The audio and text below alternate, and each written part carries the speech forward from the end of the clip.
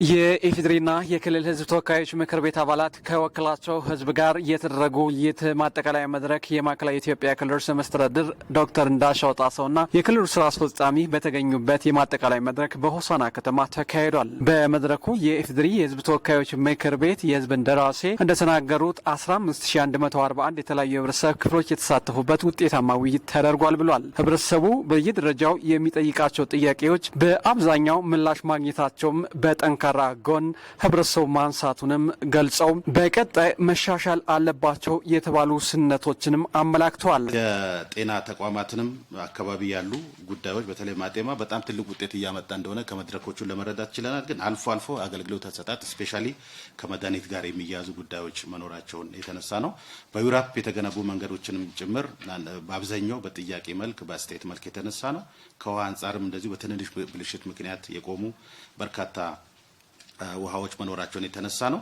እንደዚሁም ከሰላም አንጻር ክልላችን 100% ሰላም መሆኑን ህዝባችን እየመሰከረ ነው ያለው በየደረጃው ባደረግንባቸው ውይይቶች ላይ። አልፎ አልፎ ግን በተለይ ድንበር አካባቢዎች ታጣቂ ቡድኖች ሰርጎ የሚገቡበት ሁኔታ ህዝባችን ላይ የሚያደርሱትን ጉዳት ክልሉ እያደረገ ያለው ጥረት ተጠናክሮ እንዲቀጥል ህዝቡ ያነሳበት ሁኔታ አለ። በውይይቱ ማጠቃለያ መድረክ ላይ የማዕከላዊ ኢትዮጵያ ክልል ርዕሰ መስተዳድር ዶክተር እንዳሻው ጣሰው እንደተናገሩ ህብረተሰቡ የሚያነሳቸው ጥያቄዎች ጤናማ መሆናቸውን ገልጸው ጥያቄዎቹ በሁሉም አካባቢዎች እየተሰሩ ያሉ ስራዎች መኖራቸው የህብረተሰቡ ፍላጎት እያደገ መምጣቱ አመላካች ነው ብሏል። ይሰራልኛል ብለህ የማታምነው ሰው ደጋግመህ የሆነ ነገር አጠይቀው። ተስፋ ግን ሲኖረው ይጠይቃል።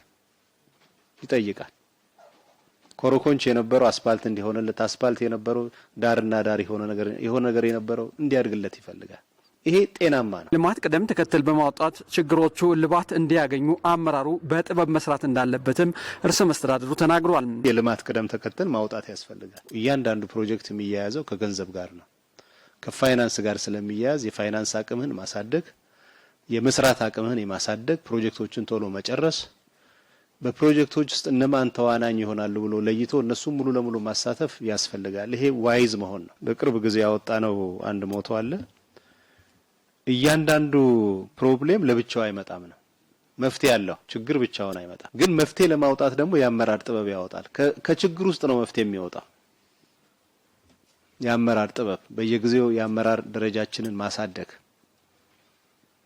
ቻሌንጆችን ማሳለፍ፣ እንደሱ ሲሆን ይፈታሉ ብለን ነው የምናሳልፈው። የሚከናወኑ ስራዎች ቅደም ተከተል በማውጣት ሁሉንም ተሳታፊ ማድረግ እንደሚጠይቅም አብራርተዋል። የልማት ቅደም ተከተል ስናወጣ በመንግስት የሚሰሩ ስራዎች አሉ፣ መንግስታዊ ባልሆኑ ተቋማት የሚሰሩ ስራዎች አሉ፣ በግለሰብ በማህበረሰብ እነዚህን ተሳትፎዎች ማሳደግ ያስፈልጋል። 2 ዓመት ተኩሉን በደንብ አድርጎ ያሻገረን አርሶ አደሩ ነው። ለዚህ እውቅና ብትሰጡልኝ ደስ ይለኛል። ከየትኛውም የማህበረሰብ ክፍል አርሶ አደሩ ነው ያሻገረን።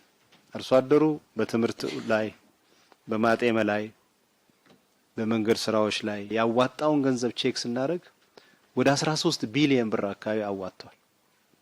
በሬ ሽጦ፣ ዶሮ ሽጦ ለተለያየ ለምንሰራቸው ስራዎች ደግሞ በነፍስ ወከፍ በሬ ያመጣበት ቦታ ነው። በክልሉ በመንግስት የተጀመሩ ፕሮጀክቶች እንዲጠናቀቁ በትኩረት እየተሰራ መሆኑንም ዶክተር እንዳሻው ጣሰው አስረድቷል። መንግስት ደረጃ ተጀምረው ያላለቁ የክልል ፕሮጀክቶች ለመጨረስ ያለንን በጀት እየመደብን ያለ ነው። አዳዲስ ፕሮጀክቶችን ማቀድ፣ ነባሮችን ማጠናቀቅ የክልሉ ሞቶ ነው። መንገድ ላይ አዲስና ነባር አለ። መንገድ ላይ ብቻ ሳይሆን ውሃ ላይ 99% 90% እንደዚህ የደረሱ ፕሮጀክቶች አቅጣጫ ተቀምጠው በ2 ወር ያልቃሉ፣ እናስመርቃለን። 2000-3000 ሰው የሚጠቀምባቸው መስኖዎች በደንብ አድርጎ መስራት፣ አመቱን ሙሉ አገልግሎት እንዲሰጡ ማድረግ። ስለዚህ መንገድ ላይ የተነሳው ውሃ ላይ የተነሳው ትክክል ነው። ስራዎች ተጀምረዋል፣ ተጠናክረው ይቀጥላሉ። የግብርና ስራ በክልሉ ዘመናዊ በማድረግ አርሶ አደሩን ተጠቃሚ ለማድረግ በትኩረት እየተሰራ መሆኑንም አመላክቷል። ግብርና ስራ ትንሽ ዘመናዊ ለማድረግ አንዳንድ ሀሳቦች፣ ጥናቶች አጥንተን ጨርሰናል። ከተለያዩ ካምፓኒዎች ጋር ውይይት ጀምረናል። በተለይ ለአፍሪካ ትራክተር የሚያቀርቡ ካምፓኒዎች ጋራ አግሪመንትም አድርገናል። በሚቀጥሉት 2 ዓመታት እስከ 1500 ያህል ትራክተሮች እናስገባለን ብለን እናስባለን። እስከ ሰኔ ድረስ 400ም 500ም ትራክተር እናስገባለን። የክልሉ ሰላምና ጸጥታ ለማረጋገጥ የራስን ኃይል የማጠናከር ስራ እየተሰራ መሆኑንም አብራርተዋል። ለጸጥታ መደፍረስም ለጸጥታም ሰላም መሆን ብዙ ተዋናኞች አሉ። ዝም ብሎ ጸጥታ አይደፈርስም፣ ዝም ብሎ ጥሩ አይሆንም። እና የራስን ኃይል ማጠናከር የሚል አሁን የተለየ መንገድ እየተከተልን ያለ ነው። ፖሊሱን፣ ሚኒሻውን፣ የከተማ የማታ ሮንድ የተፈቀደለት አካል ማለት ነው። እነዚህን ለመስራት ያሰብናቸው ነገሮች አሉ። አሁን በልዩ ዘመቻ ኢመደበኛ አደረጃጀትን የማፍረስ የሸኔ ፋኖ ዋና ኃይልን የመያዝ ጀሌውን የመምታት ትልልቅ ስራዎች እየተሰሩ ነው ያሉት።